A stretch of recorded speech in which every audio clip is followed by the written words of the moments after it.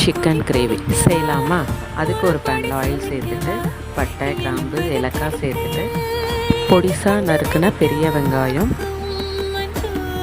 பச்சை மிளகா சேர்த்து நல்லா மிக்ஸ் பண்ணிக்கோங்க. வெங்காயம் நல்லா வதங்கினதும் இஞ்சி பூண்டு பேஸ்ட்டு சேர்த்து அதோட ராஸ்மெல் போனதுக்கப்புறம் தக்காளி, கருவேப்பிலை, கொத்தமல்லி சேர்த்து நல்லா மிக்ஸ் பண்ணிக்கோங்க.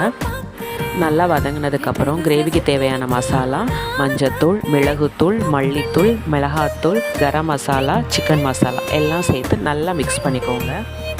அது கூட தேவையான அளவு உப்பு, கொஞ்சமாக தயிர் சேர்த்து நல்லா மிக்ஸ் பண்ணிக்கோங்க. இப்போ க்ளீன் பண்ணி வச்சுருக்கிற சிக்கன் ஆட் பண்ணிக்கலாம். நான் மீடியம் சைஸில் கட் பண்ணி வச்சுருக்கிற உருளைக்கிழங்கு சேர்த்துக்கிறேன். இது ஆப்ஷனல் தான். எல்லாம் நல்லா மசாலாவில் மிக்ஸ் ஆகிற அளவுக்கு மிக்ஸ் பண்ணிவிட்டு தேவையான அளவு கொஞ்சமாக தண்ணி சேர்த்துட்டு நல்லா மிக்ஸ் பண்ணிக்கோங்க. நல்லா கொதித்து வந்ததுக்கப்புறம் மல்லி இலை சேர்த்து இறக்குனா அல்டிமேட்டான சிக்கன் கிரேவி ரெடி.